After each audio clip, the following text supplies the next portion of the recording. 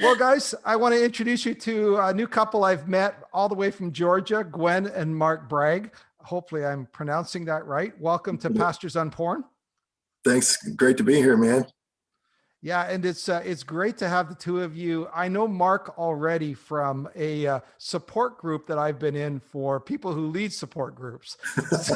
So we're trying to model connection and accountability, and we've kind of missed a few. So hopefully some of the support groups all you guys are in are better than ours. But and Gwen, of course, is Mark's wife, and I've heard about the new book she has coming out, which we're going to talk about a little bit later. But actually, well, let me give you the title of the book, and that might tell you what the podcast is going to be about. The book is called The Beautiful, Ugly Truth, A Pastor's Wife Courageous Journey Through Betrayal and Pornography. So nailed it. Guess what this podcast is going to be about. And you know what? We're so glad you're here, because Pastors on Porn is really for people who, for one reason or another, are finding themselves, struggling sexually in ministry, and they don't know where to turn. They don't know what to do about it.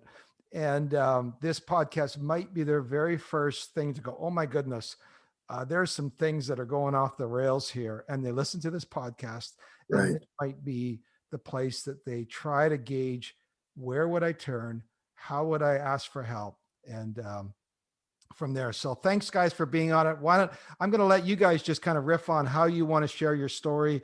And Mark and Gwen, why don't you guys just kind of go into a little bit of, because I know you are pastors and how that played out. So let's just have you share your story.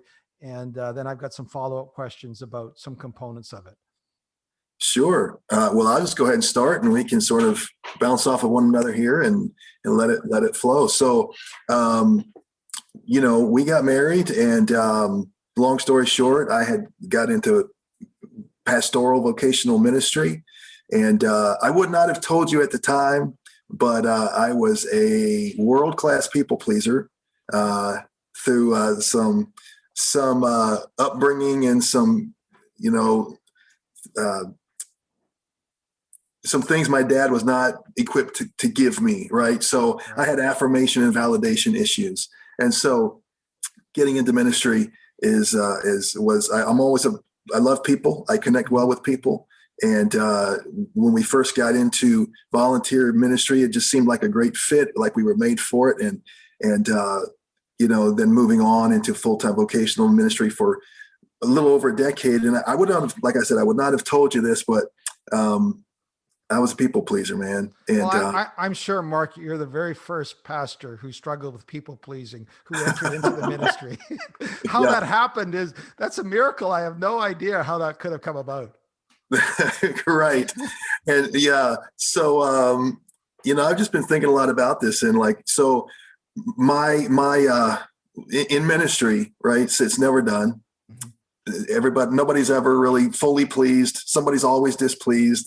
There's just no winning, right? So with my background, never really kind of living up to expectations as a kid, and then internalizing all of that. If I was recruiting a volunteer and they didn't commit, it wasn't because God was not calling them to serve. It was that there was something wrong with me, right? It was a shot to my value and worth. And if somebody voiced something about the worship that they didn't like, and then there was something wrong with my ability to pick the songs that really ministered to people. And there must be something that's just not right. And so, now it wasn't my dad who was disappointed. It was Father God who was disappointed. Right. So, man, the pressure of that was just burnt me out, man. It just wore me out. And I was empty and crispy and sarcastic and snide and all the things a pastor ought to be, right? Okay, just was that a slow erosion? Would you say, like, it was something that happened over a period of time, or was Sure. Yeah. Good question. It was, you start out, you got all the energy in the world, you're serving the Lord, you're going to conquer the kingdom, you're going to do all these things. And then you just slowly get beat down, man, by the system, by the people, by the lies I believed about myself, right? And the lies the enemy told. And so much of this was prior to the internet being invented, right? It's hard to believe, but you youngins, there was a day and age. Yeah, yeah, there really was. And so, when I was young, I was exposed to pornography as a kid, soft porn, stuff like that. But Yep. so it was easy to it's not convenient. You had to go to a store that you knew sold a magazine or whatever. You had to face the clerk and, now they know how old we are. Honey. Yeah. We're really not gray-headed old people. I know you can't see us, You but don't look that. I know. You had to go into that back room, and who knows who was waiting in for you, in there. And I know. Been there, done that. So it was it was embarrassing. It was inconvenient. And so I was able to keep a lot of that just away from me. But then the internet came along, right? Yeah. And that just changed everything. And I don't really remember the first image that flashes up on my screen, but I do remember just that sense of euphoria. And it was like an escape from all the pressure. And all of a sudden there was at least a moment when I didn't feel pressure. I didn't feel like I was letting anybody down. I felt, that weight just came off. Of course, soon thereafter comes the crushing shame roller coaster. Yeah. Right. But that's kind of how it hooked me. And before you know it, I didn't, we didn't know anything about dopamine releases in your brain. I didn't know that eventually, like the pleasure centers in your brain shrink and it requires more stimulus to give you the same amount of pleasure. That studies just hadn't been done at this time. Right. So there was just no information out there. And before I knew it, I was just sort of hooked by it. And, it was a secret. Mm-hmm. Gwen didn't know. Because I had trouble talking about my feelings and emotions growing up, which made conversation and communication with Gwen difficult at even on that level. But then add the secrets of the pornography on top of it, and I just emotionally disconnected. She knew. Go ahead. Yeah. Can I ask you, did you, like most of us, figured out that, or we thought that marriage would take away all of those sexual temptations? Did you kind of hope that ministry would keep it at bay, and in ministry you would kind of be in the sweet spot where you're serving God and this other stuff wouldn't intrude on your life? Or maybe it's just me that had those crazy ideas. I was just curious if you had thought that through. Yeah. Well, I actually didn't really get into it. Okay. Like I said, it was kind of inconvenient. So I didn't really get into it much. Okay. Until I was in ministry. Right. And all the pressures of ministry, and I was burnt out and I was just empty. And then it was like this thing flashed on my screen and it just was euphoric and it sort of just snagged me. I didn't really battle prior to ministry and hope ministry would improve it. It's sort of in the middle of ministry during the beatdown and the burnout. That's when I was snagged by it. Now, you had mentioned that you were drawn to connection with people. And I know part of your story is obviously you had these online things happening, but at some point that began to transition in your life and ministry where there was a blurring of the lines that began to happen. Can you kind of unpackage a little bit of how that played out? Sure.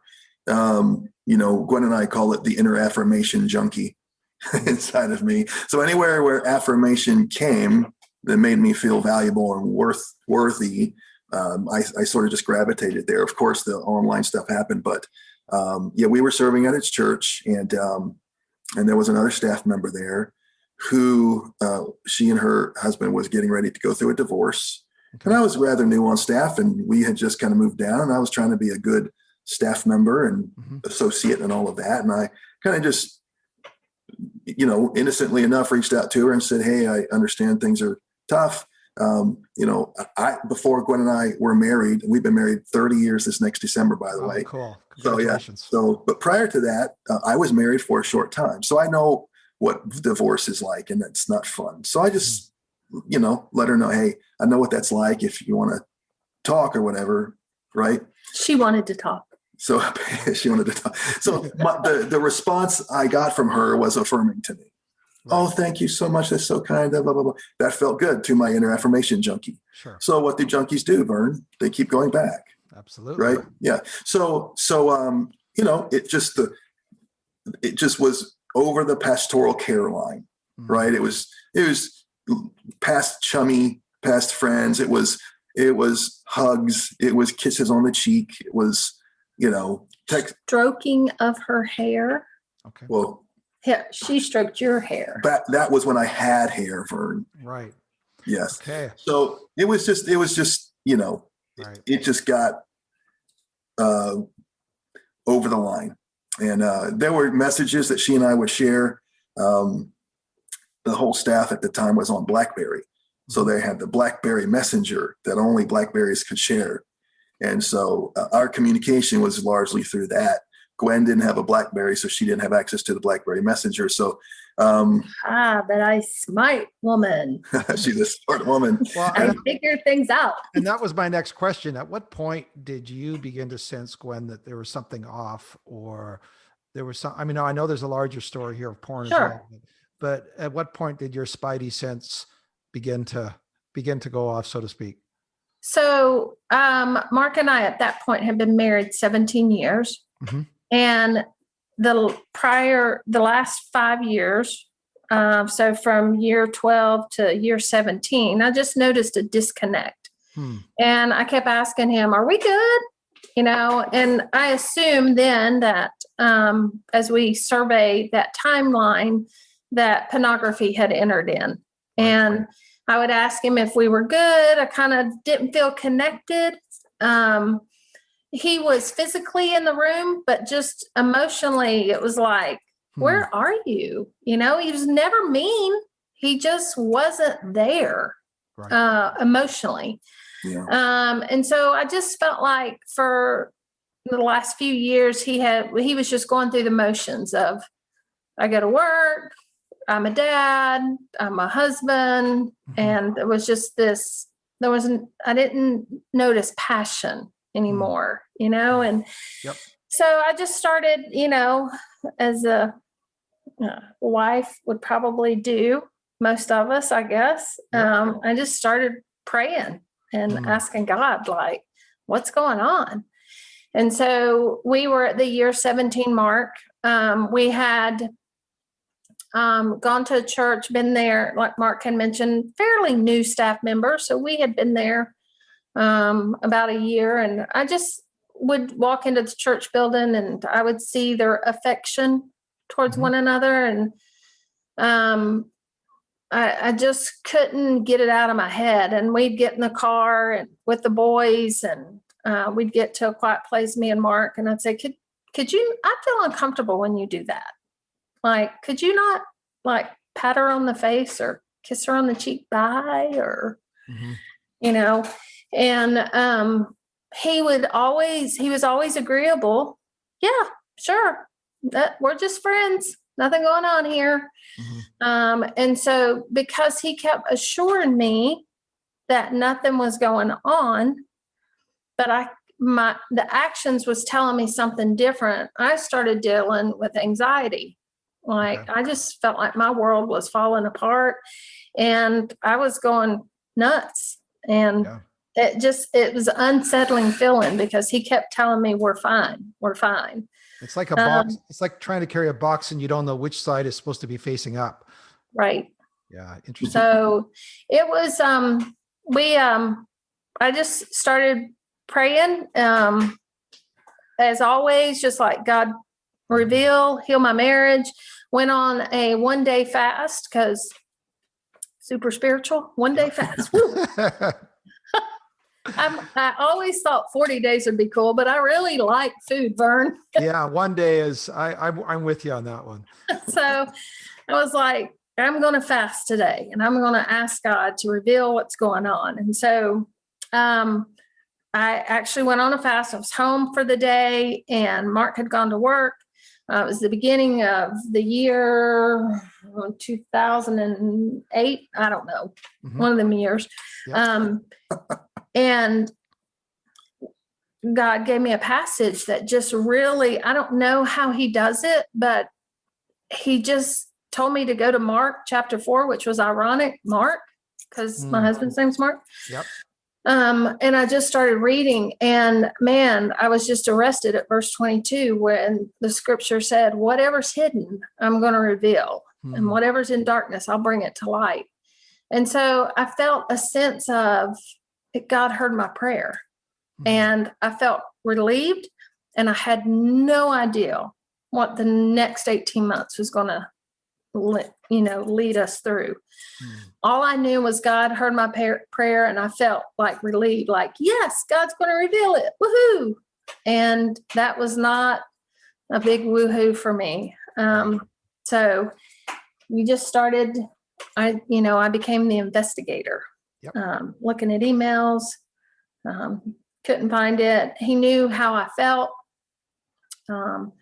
We dropped the kids off one Wednesday night to youth group, and I don't have anything against her, because really she was the caveat that drove us to counseling. But at the time, when you're in the middle of it, it's like, I don't want her. I don't trust her. I don't trust you around her. And so we dropped the kids off one night, and we were going to go to dinner. Get a bite to eat, yeah. And I get in the car, and the back door opens. And I turn around to look, and he's invited her to dinner in the back seat of our car. And I was like, what is happening? I was in such deception, Vern, that I couldn't see clearly. I was justifying ridiculous stuff. So I sat with dinner with the three of us that night, and she had made the comment about, let me update your BlackBerry, Mark. And so she went to update his BlackBerry, and my spidey senses picked up. And I was like, that's it. That's how they're talking. And like Mark said earlier, I didn't have a BlackBerry. So I guess within the next week, God revealed the emotional affair. And, we call it D-Day. We had 2 D-Days. D-Day number 1 was when I called him out on the emotional affair. And okay, let's talk D-Day 1 for a sec before we get to 2, because that one is really important to talk about, because most people go, emotional affair, it's not really an affair. I'm just going to play devil's advocate here. Sure. I mean, sure. It's not really an affair. It didn't sound like anything sexual had happened to this point. Okay. Unhealthy. Yes. Time to end it. Yes.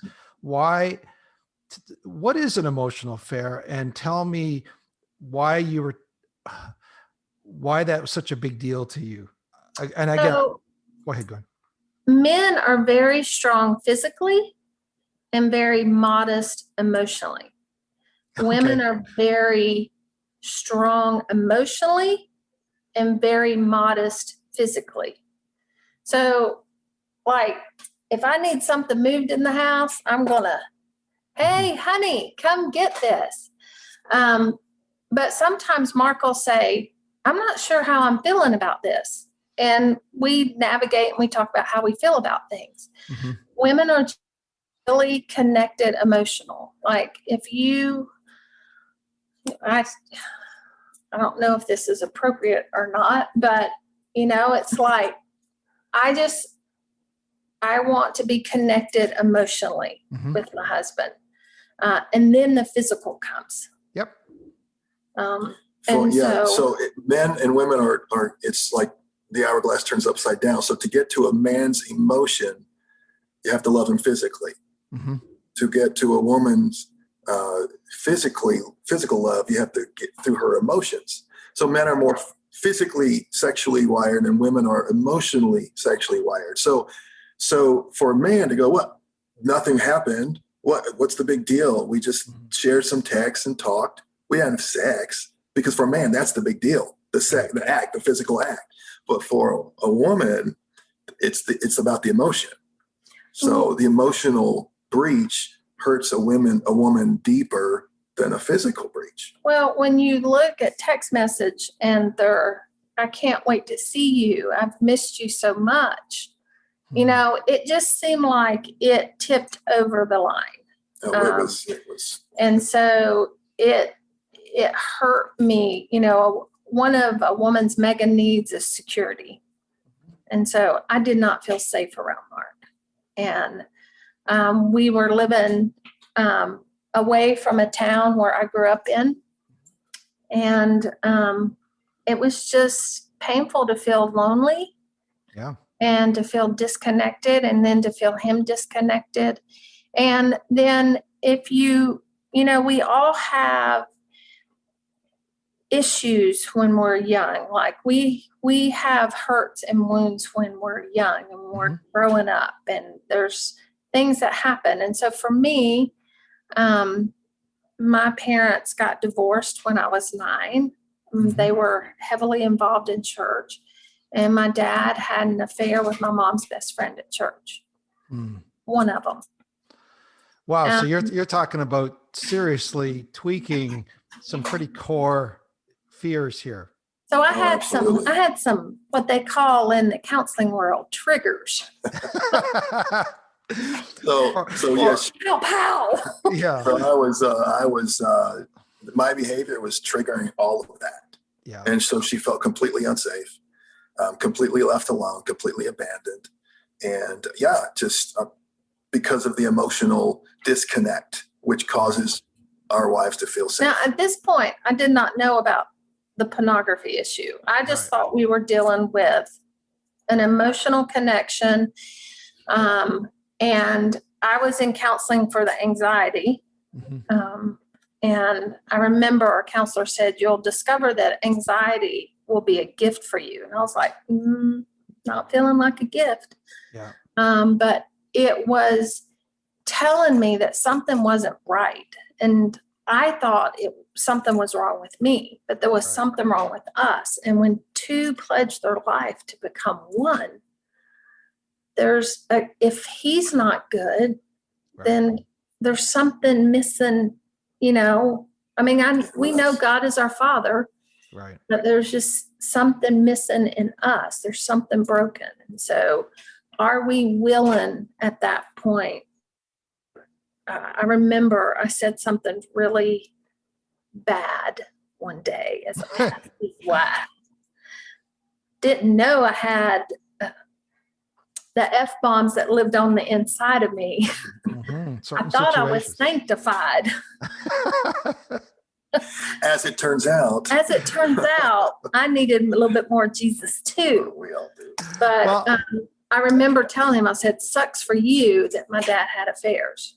It was like I almost wanted to pay him back for previous pain. And so clearly sitting in a counselor's seat is exactly where I needed to be at that time. And I want to spend just a little more time on this Act 1 before we talk Act 2. Act 1 in this area. How did that emotional affair end? Was it hard for you, Mark, to give up that relationship? Was there an ultimatum? Was there a death in the was there a real gun involved? I didn't cut her. No, there were no weapons. So this is really, really kind of a bizarre, awesome story, right? So Gwen confronts me. I go to the church. She goes to the church and she says, can I talk to you outside? So we go outside and she starts the conversation with, I love you, right? and that's when I knew I was in trouble. Oh, right? No. No. Like, buckle up, big boy. Here it comes, right? I had discovered the evidence on his phone. That's right. So that was the day I was done. I had been trying to be nice and trying to talk. And so I had been disconnected and involved in this stuff for a few years now. And so I just wasn't right, man. I was just, like I said, in deception. Right. So Gwen said, listen, you can do whatever you want to do with this, but we're not going to live this way anymore. And if you want to work this out, I'm in it with you. But you're going to come to counseling with me tonight. And I'm not going to give you an ultimatum. This is your decision. You can come with me tonight to counseling, and I'm in it. I'll do the hard work with you, and we're in it. If you don't come to counseling with me tonight, me and the boys are packing up and leaving tomorrow. I said, wow, I didn't want them to leave, and it was like surreal in the moment. But I was a small groups pastor, and small groups started that night.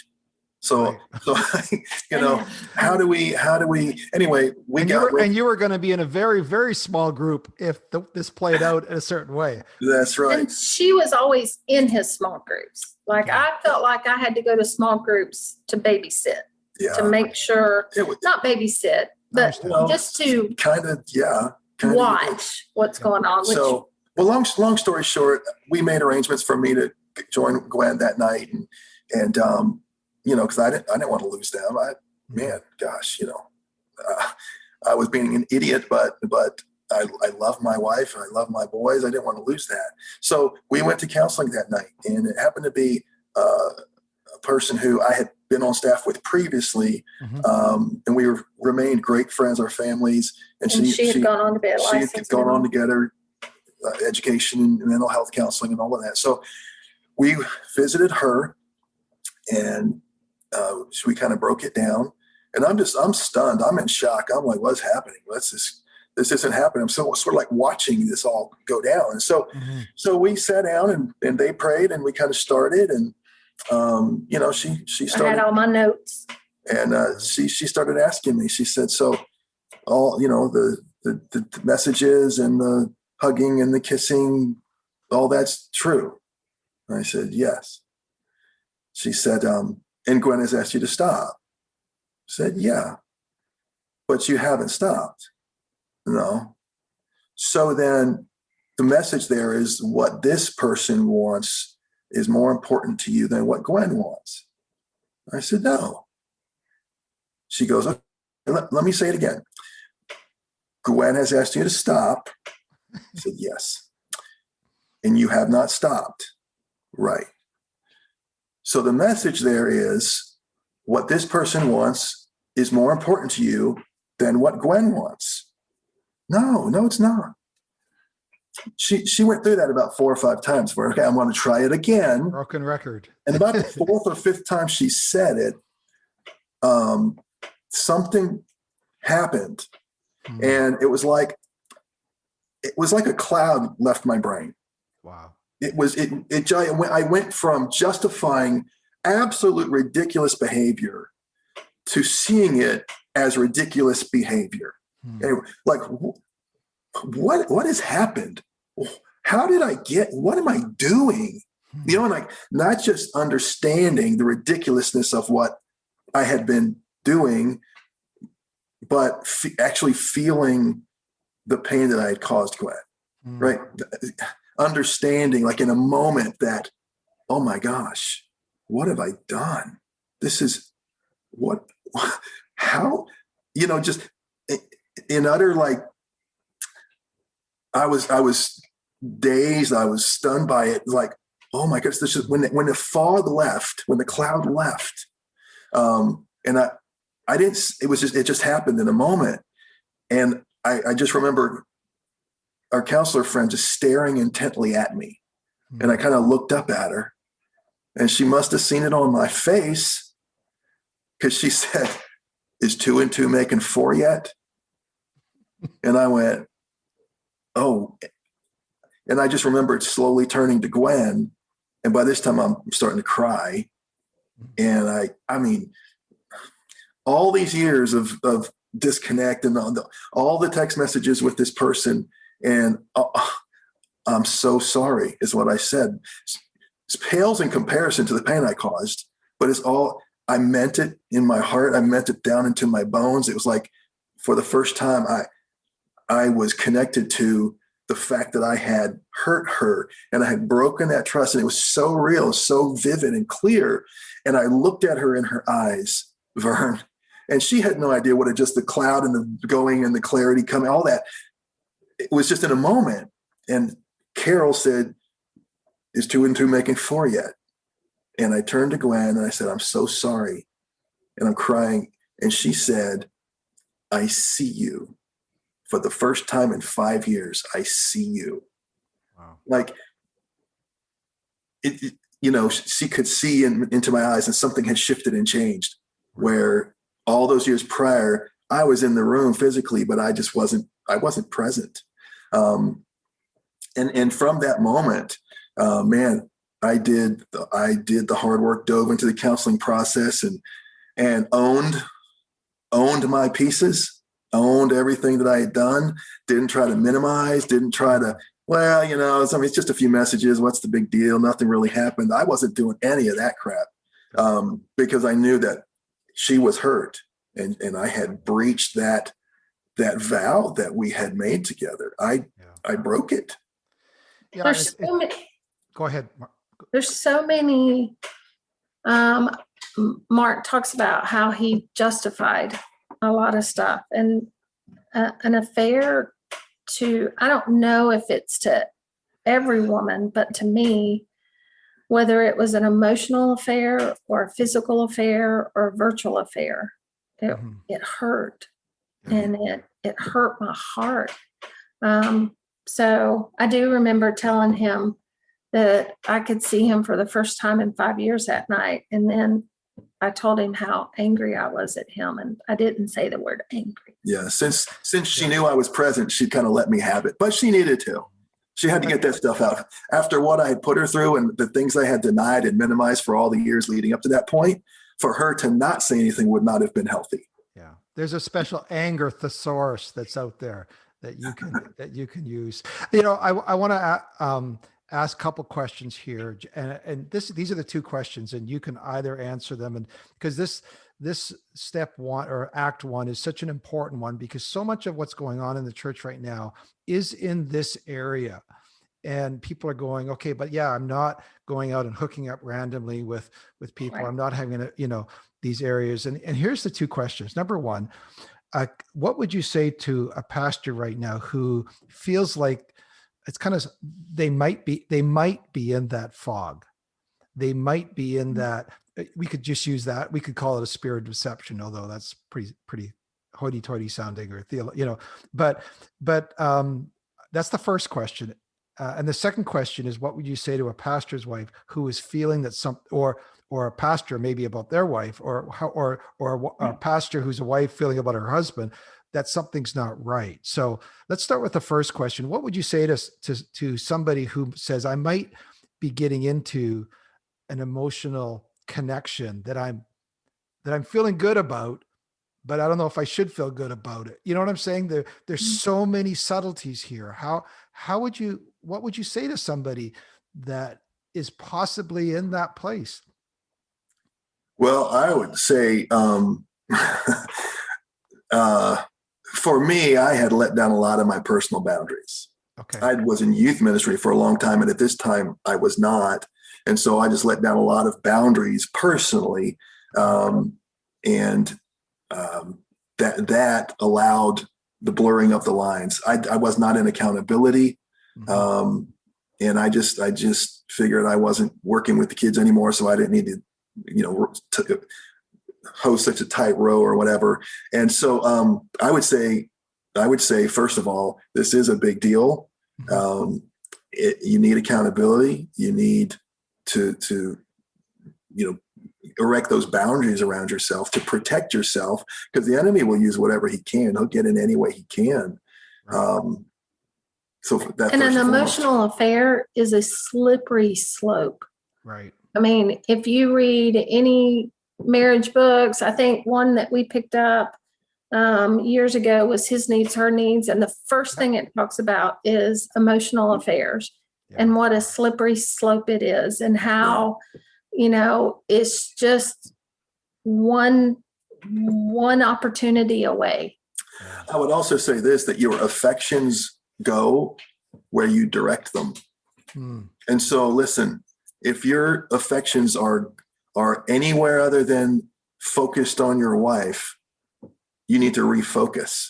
You need to make a conscious decision to focus your sexual energies on your spouse, on your wife, because you've got sexual energy, right? And wherever you direct it is where it's going to be released or whatever. That's where it's going to take place and act out. So you have to make that conscious choice, or else it'll just get all messy.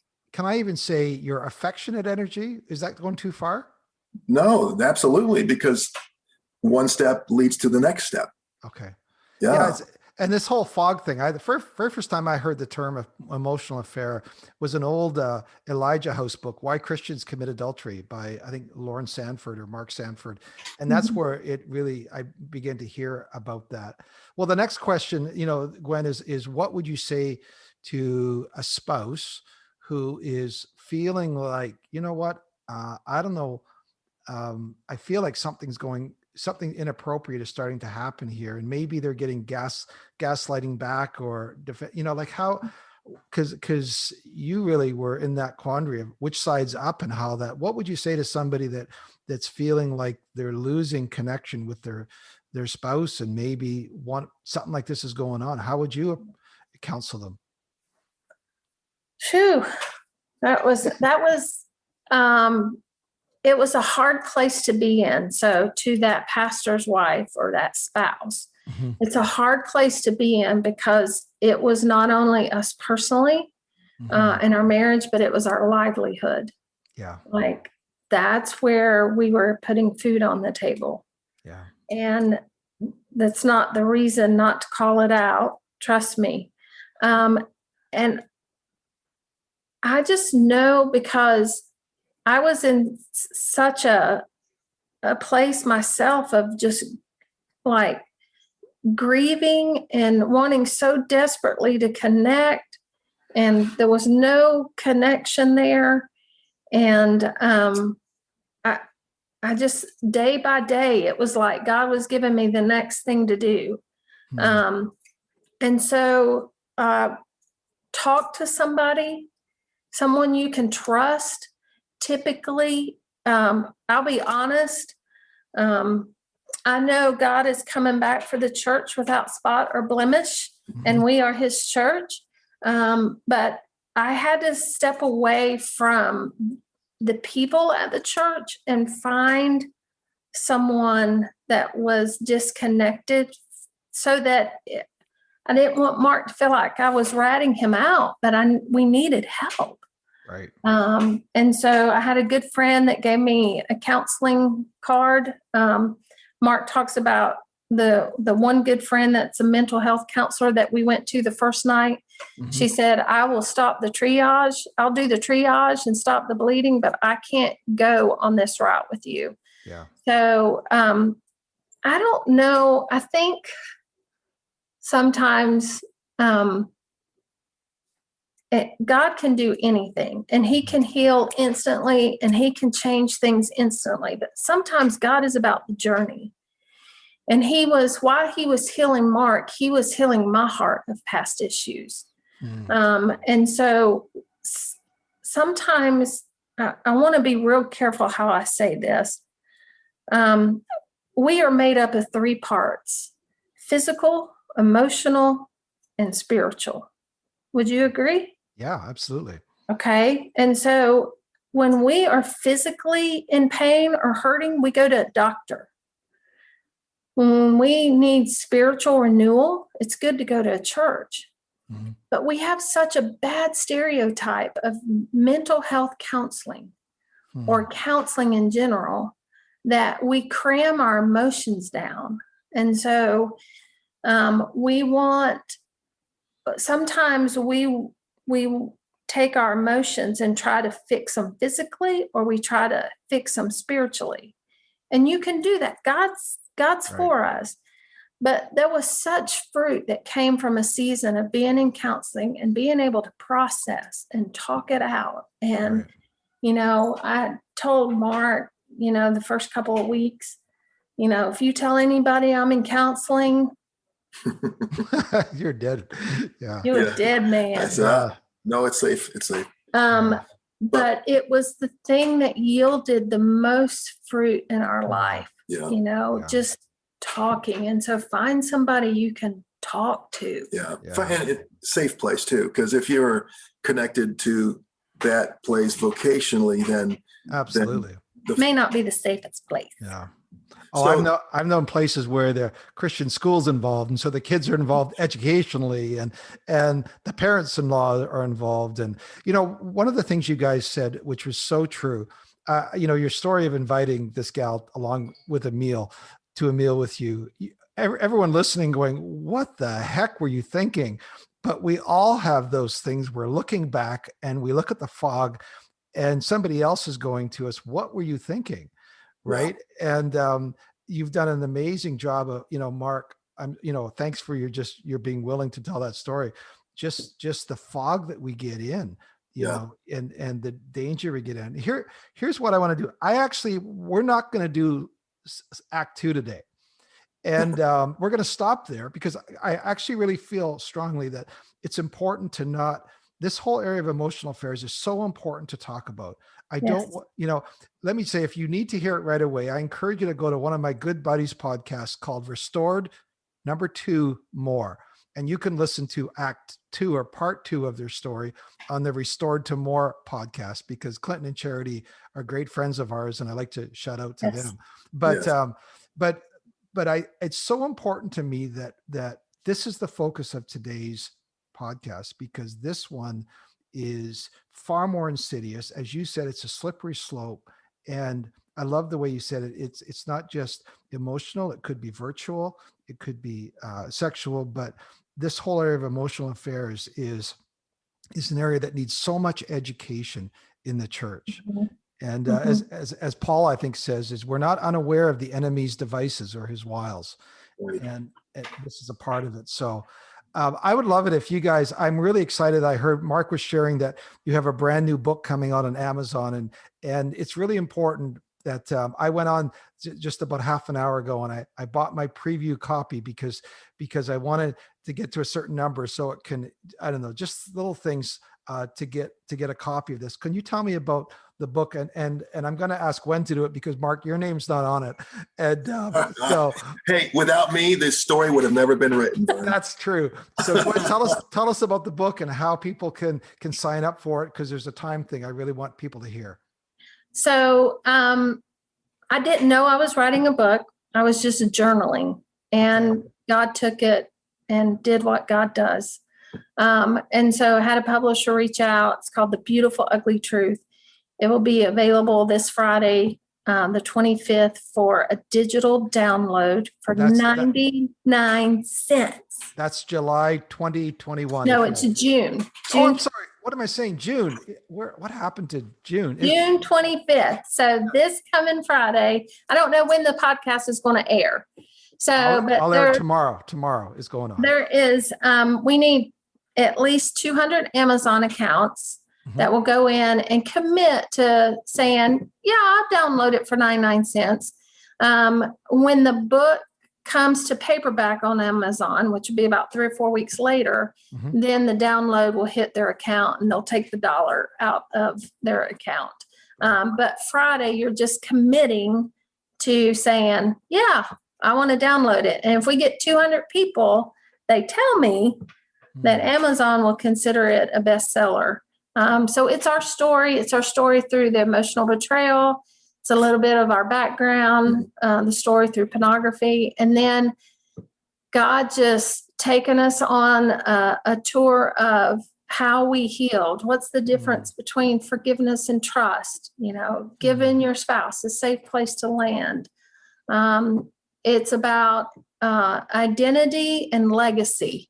I thought my identity was just for me. And God said, your identity, your Christ-like identity is for the legacy of your children and your children's children. So as healthy as you get will be where your kids start. And I don't know about you, but we do about anything for our kids. Absolutely. So there's a lot of prayer time. There's in the book, we'll do a chapter. There'll be a prayer and there'll be a couple questions where you can ask yourself and process through it.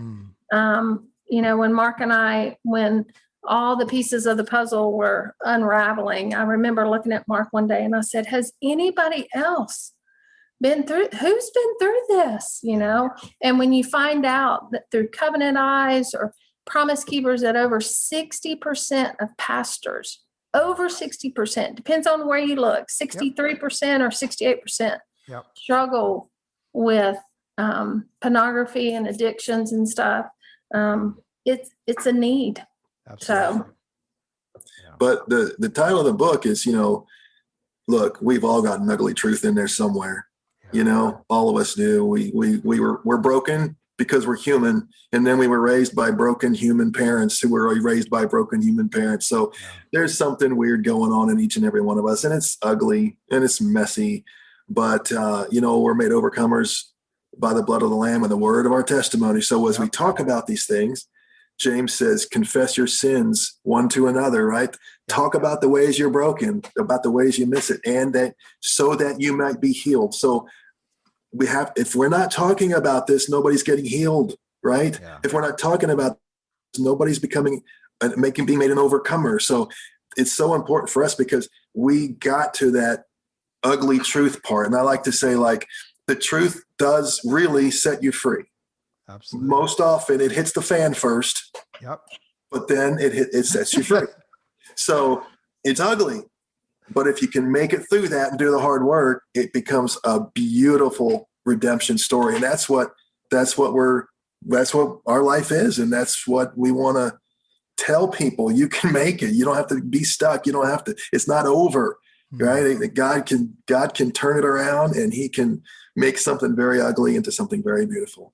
The beautiful, ugly truth. The beautiful, ugly truth. I encourage everyone to go right now, Amazon.com, like I just did 15 minutes ago. Sign up for from there. Guys, your story, thank you for, we only got through half of it, but I think it was important that people heard this first half. I really felt strongly that there's particular people who are right now in this place where they need to have that counseling experience you described, when all of a sudden the fog lifted and it's like, oh my goodness. Yeah. And they can reach out to us on our website if they need prayer or. Please, you know what? Thank you for reminding me. Tell us about how people can connect with you individually and the ministry.